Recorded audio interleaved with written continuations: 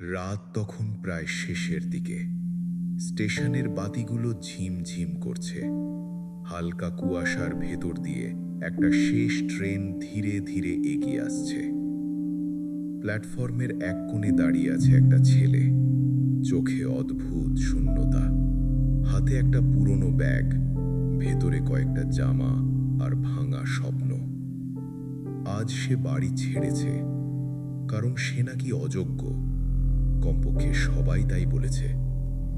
বন্ধুরা হেসেছে, আত্মীয়রা তুলনা করেছে, বাবা চুপ থেকেছেন, আর সেই নীরবতাই সবচেয়ে বেশি কষ্ট দিয়েছে তাকে। ট্রেনের হুইসেল বাজে, তার বুকের ভেতরও যেন কিছু কেঁপে ওঠে। সে ভাবে, পালিয়ে গেলে কি সব শেষ হয়ে যাবে, নাকি এটাই নতুন শুরু? হঠাৎ পাশ থেকে ছোট্ট একটা কণ্ঠ ভেসে আসে, ভাইয়া, আপনি কাঁদছেন কেন? ছেলেটা চমকে তাকায়। একটা ছোট্ট মেয়ে, হাতে বেলুন, চোখে নিষ্পাপ কৌতূহল। সে হালকা হেসে বলে, কিছু না। মেয়েটা মাথা নেড়ে বলে, মা বলে, যে মানুষ কাঁদে সে একদিন খুব বড় কিছু করে। কথাটা খুব সাধারণ, কিন্তু যেন বজ্রপাতের মতো লাগে তার মনে। ট্রেনটা তখন পুরোপুরি থেমে গেছে। দরজা খোলা, সবাই উঠছে। সে এক পা এগিয়ে যায়, তারপর থেমে যায়। ব্যাগটা শক্ত করে ধরে, গভীর শ্বাস নেয়। না, পালিয়ে গেলে প্রমাণ হবে সে সত্যিই অযোগ্য। সে ধীরে ধীরে পিছিয়ে আসে। ট্রেনটা ছেড়ে যায়, হুইসেলের শব্দ মিলিয়ে যায় রাতের অন্ধকারে। প্ল্যাটফর্ম ফাঁকা হয়ে যায়, কিন্তু তার ভেতরে যেন নতুন আলো জ্বলে ওঠে। সে আকাশের দিকে তাকায়, চোখের কোণে জমে থাকা পানি মুছে ফেলে। আজ সে কোথাও যাবে না, আজ সে পালাবে না। আজ থেকে সে লড়বে, কারণ শেষ ট্রেন মিস করা মানেই শেষ নয়। কখনো কখনো এটাই জীবনের আসল শুরু। ভোরের আলো ধীরে ধীরে প্ল্যাটফর্মে পড়ে। রাতের অন্ধকার সরে যায়, কিন্তু তার ভেতরের যুদ্ধ তখনও চলছে। সে স্টেশন থেকে বেরিয়ে আসে। পকেটে খুব বেশি টাকা নেই, কিন্তু মনে আছে একগুঁয়ে জেদ। রাস্তা তখন প্রায় ফাঁকা। হালকা ঠান্ডা হাওয়া বইছে। প্রতিটা পদক্ষেপ যেন একটা প্রতিজ্ঞা। বাড়ির সামনে এসে সে থামে। দরজার ওপাশে নীরবতা। হয়তো সবাই ঘুমিয়ে, হয়তো কেউই তার জন্য অপেক্ষা করছে না। সে ধীরে দরজা ঠেলে ভেতরে ঢোকে। বাবা চুপচাপ বসে আছেন চেয়ারে, চোখে ক্লান্তি, মুখে অদ্ভুত কঠোরতা। ফিরে এসেছিস? শব্দটা খুব সাধারণ, কিন্তু তার ভেতরে হাজারটা প্রশ্ন। সে মাথা নিচু করে দাঁড়ায়, তারপর ধীরে বলে, আমি পালাতে যাইনি, আমি প্রমাণ করতে চাই। কথাগুলো বলতে গিয়ে গলা কেঁপে ওঠে, কিন্তু এবার সে থামে না। একবার সুযোগ দিন, আমি পারবো। ঘরের বাতাস যেন ভারী হয়ে যায়। কয়েক সেকেন্ড নীরবতা। তারপর বাবা ধীরে বলে, প্রমাণ কর। শব্দটা ছোট, কিন্তু তার ভেতরে ছিল অনুমতি। সেই দিন থেকে শুরু হলো তার আসল লড়াই। সকাল থেকে রাত, বারবার ব্যর্থতা, বারবার চেষ্টা। বন্ধুরা এগিয়ে যাচ্ছে, সোশ্যাল মিডিয়ায় সবার সাফল্য, আর সে এখনো পথে। কখনো কখনো ভেঙে পড়তে ইচ্ছে করে। মনে হয় হয়তো সবাই ঠিকই বলেছিল, কিন্তু তখনই মনে পড়ে ছোট্ট সেই কণ্ঠ, যে মানুষ কাঁদে সে একদিন বড় কিছু করে। সে আবার উঠে দাঁড়ায়। দিন যায়, মাস যায়, একটা ইন্টারভিউ, দুটো ইন্টারভিউ, প্রতিবারই খুব কাছে গিয়ে হার। কিন্তু এবার আর সে কাঁদে না, সে শুধু আরো শক্ত হয়। এক সকালে ফোন আসে, অচেনা নম্বর। অভিনন্দন, আপনি নির্বাচিত হয়েছেন। মুহূর্তটা যেন থেমে যায়, চারপাশ নিস্তব্ধ, তার বুকের ভেতর ঝড়।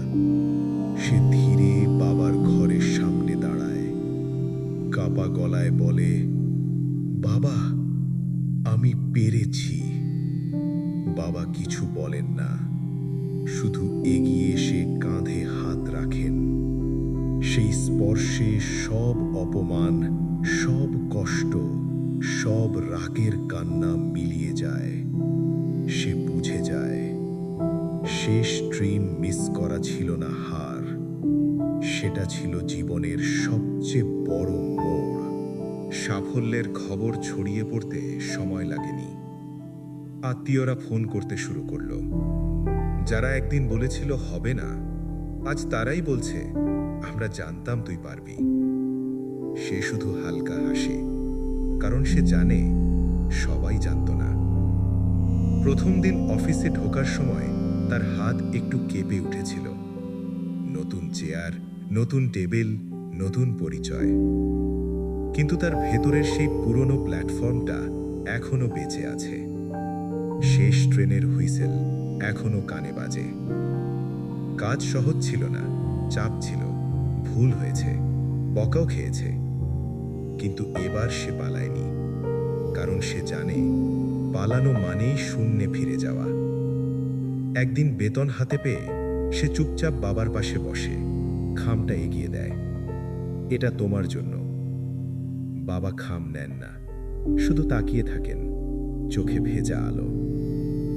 তুই নিজেকে প্রমাণ করেছিস, এটাই সবচেয়ে বড় জিনিস। সেই মুহূর্তে সে বুঝতে পারে, সাফল্য শুধু টাকার অঙ্ক না। সাফল্য মানে যাদের চোখে তুমি একদিন ছোট ছিলে, সেই চোখেই আজ সম্মান দেখা। কয়েক মাস পরে এক সন্ধ্যায় সে আবার সেই স্টেশনে যায়। একই প্ল্যাটফর্ম, একই বাতি, কিন্তু সে আর আগের মানুষটা না। হঠাৎ দূরে একটা ছোট মেয়েকে দেখতে পায়, হাতে বেলুন, কারো হাত ধরে দাঁড়িয়ে আছে। সে এগিয়ে গিয়ে হালকা হেসে বলে, জানো, কেউ একদিন আমাকে বলেছিল, যে মানুষ কাঁদে সে একদিন বড় কিছু করে। মেয়েটা অবাক হয়ে তাকায়, তারপর হাসে। ট্রেনের হুইসেল আবার বাজে, কিন্তু এবার সে ট্রেন মিস করে না। কারণ সে জানে, জীবনে ট্রেন আসবে, যাবে, কিন্তু সুযোগকে ধরে রাখতে হয় সাহস দিয়ে। আর যে একবার অন্ধকার থেকে ফিরতে পারে, তার কাছে আলো আর দূরে থাকে না। সময় আরও এগিয়ে যায়, জীবন থেমে থাকে না। কাজের চাপ বাড়ে, দায়িত্ব বাড়ে, মানুষের প্রত্যাশাও বাড়ে। কিন্তু তার ভেতরের ছেলেটা বদলায় না, যে এক রাত শেষ ট্রেনের সামনে দাঁড়িয়েছিল। একদিন অফিসে নতুন একজন ইন্টার্ন আসে, চোখে অনিশ্চয়তা, কথায় দ্বিধা। নিজেকে খুব ছোট মনে করছে সে। সেই ছেলেটার চোখে রাহুল নিজের পুরনো প্রতিচ্ছবি দেখে। লাঞ্চ ব্রেকে সে পাশে গিয়ে বসে, হালকা হেসে বলে, ভয় পাচ্ছ? ছেলেটা মাথা নাড়ে, স্যার, আমি পারবো তো? রাহুল কয়েক সেকেন্ড চুপ থাকে, তারপর ধীরে বলে, পারবে, যদি পালিয়ে না যাও। শব্দগুলো খুব সহজ, কিন্তু তার ভেতরে ছিল নিজের গল্পের ভার। সেদিন রাতে বাড়ি ফেরার পথে সে আকাশের দিকে তাকায়। মনে হয় জীবন আসলে একটা প্ল্যাটফর্ম। কখনো ট্রেন ছুটে আসে, কখনো দেরি হয়, কখনো আমরা উঠি, কখনো মিস করি। কিন্তু সবচেয়ে বড় প্রশ্ন একটাই, আমরা দাঁড়িয়ে থাকি নাকি পালাই। সে মুঠোফোন বের করে নিজের পুরনো একটা ছবি দেখে। স্টেশনের বেঞ্চে বসে থাকা এক ভাঙা ছেলে। তার ঠোঁটে ধীরে ধীরে হাসি ফুটে ওঠে, কারণ সে জানে সেই ভাঙা রাত না থাকলে আজকের এই শক্ত মানুষটা জন্ম নিত না। জীবন তাকে শিখিয়েছে অপমান আগুন জ্বালায়, ব্যর্থতা শক্তি বানায়, আর সাহস মানুষকে নতুন গল্প দেয়। শেষ ট্রেনের হুইসেল আজও বাজে কোথাও, কিন্তু এখন সে জানে শেষ বলে কিছু নেই, যতক্ষণ তুমি লড়তে রাজি আছো। বছর ঘুরে যায়, সময় বদলে দেয় অনেক কিছু, কিন্তু কিছু রাত মানুষের ভেতরে চিরকাল থেকে যায়। রাহুল এখন শুধু একজন কর্মচারী নয়, সে এখন একজন নেতা। অনেকেই তার দিকে তাকিয়ে শেখে। একদিন বড় এক মিটিংয়ে সে দাঁড়িয়ে আছে, সামনে নতুন ছেলেমেয়েরা, চোখে তাদের স্বপ্ন আর ভয়। সে মাইক্রোফোনের সামনে গিয়ে থামে। কয়েক সেকেন্ড নীরবতা, তারপর ধীরে বলে, তোমরা জানো, আমি একদিন পালিয়ে যেতে চেয়েছিলাম। ঘরটা নিস্তব্ধ হয়ে যায়। একটা শেষ ট্রেনের সামনে দাঁড়িয়েছিলাম, ভাবছিলাম সব শেষ। তার কণ্ঠে গভীরতা, কিন্তু ভাঙন নেই। কিন্তু আমি উঠিনি, কারণ আমি বুঝেছিলাম পালানো সহজ, লড়াই কঠিন। আর কঠিন পথটাই মানুষকে বদলে দেয়। তার কথা শেষ হতেই ঘরে করতালি পড়ে, কিন্তু সে করতালির জন্য কথা বলেনি। সে শুধু চাইছিল আর কেউ যেন সেই প্ল্যাটফর্মে একা না দাঁড়ায়। সেদিন রাতে বাড়ি ফেরার সময় হালকা বৃষ্টি পড়ছিল, রাস্তায় ভেজা আলো ঝলমল করছিল। সে মনে মনে ফিসফিস করে, ধন্যবাদ সেই রাতকে, ধন্যবাদ সেই শেষ ট্রেনকে। কারণ যদি সে সেদিন উঠত, তাহলে আজকের এই গল্প থাকতো না। জীবন তাকে শিখিয়েছে, কেউ যদি তোমাকে ব্যর্থ বলে, তবে সেটাকে শেষ কথা ভেবো না। শেষ কথা তুমি লিখবে, তোমার সাহস দিয়ে। আর যখন একদিন তুমি সফল হবে, তখন বুঝবে শেষ ট্রেন কখনো শেষ ছিল না, সেটাই ছিল শুরু। কিন্তু গল্প এখানেই শেষ নয়, কারণ জীবন কখনো এক জায়গায় থেমে থাকে না। এক রাতে হঠাৎ ফোন আসে, অচেনা নম্বর, কাঁপা কণ্ঠস্বরও পাশে। স্যার, আমি আর পারছি না। কয়েক সেকেন্ড নীরবতা। এই শব্দগুলো সে চেনে, খুব ভালো করেই চেনে। সে ধীরে বলে, তুমি এখন কোথায়? ওপাশ থেকে উত্তর আসে, স্টেশনে। রাহুলের বুক কেঁপে ওঠে।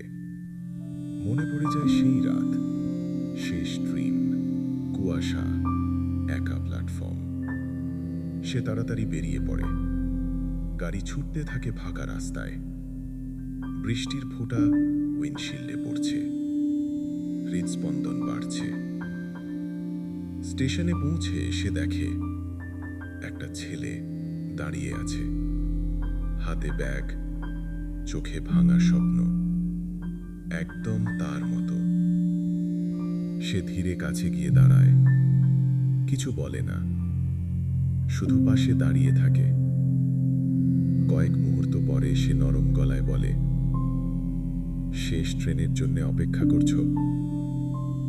ছেলেটা অবাক হয়ে তাকায়, চোখ ভেজা। রাহুল গভীর শ্বাস নেয়, তারপর ধীরে ধীরে বলে, জানো, আমি একদিন এই জায়গায় দাঁড়িয়েছিলাম, ভাবছিলাম সব শেষ। ট্রেনের হুইসেল দূরে বাজে, কুয়াশা ভেসে আসে। সেই ছেলেটার কাঁধে হাত রাখে। শেষ ট্রেন কখনো শেষ নয়, এটা শুধু তোমার সাহস পরীক্ষা করে। ছেলেটার চোখে জল চিকচিক করে, কিন্তু সেই জলের ভেতরে ছোট্ট একটুখানি আলো জ্বলে ওঠে।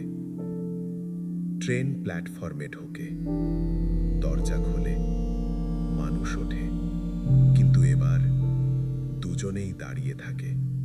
ট্রেনটা চলে যায়, আর কুয়াশার ভেতর দাঁড়িয়ে থাকে দুইটা মানুষ, যারা জানে পালিয়ে গেলে গল্প থেমে যায়, লড়লে গল্প বদলে যায়। আর সেই রাত থেকে রাহুল শুধু নিজের গল্পের নায়ক নয়, সে হয়ে যায় অন্য কারো নতুন শুরুর কারণ। আজকের রাতটা অন্যরকম। কুয়াশায় ঢেকে আছে পুরো প্ল্যাটফর্ম। দূরে একটা ট্রেনের আলো ধীরে ধীরে মিলিয়ে যাচ্ছে। রাহুল আর সেই ছেলেটা পাশাপাশি দাঁড়িয়ে আছে। দুজনের চোখেই অদ্ভুত নীরবতা। ছেলেটা ধীরে বলে, স্যার, যদি আবার ভেঙে পড়ি?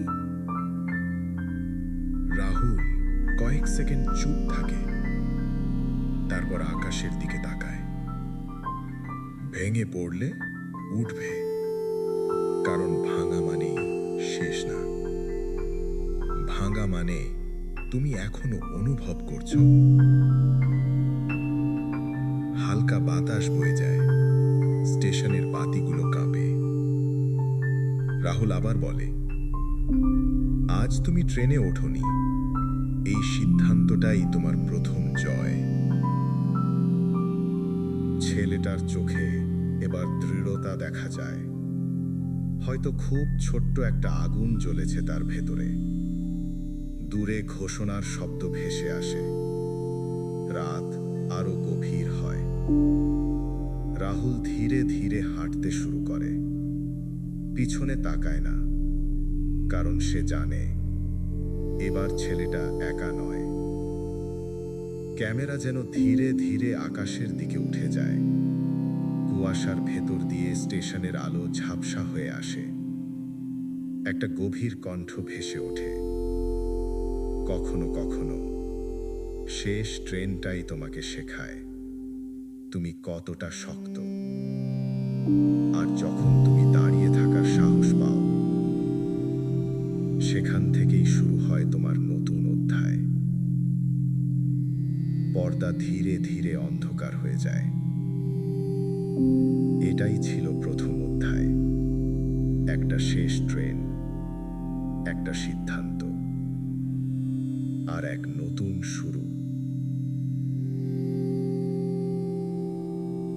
Episode 1 and.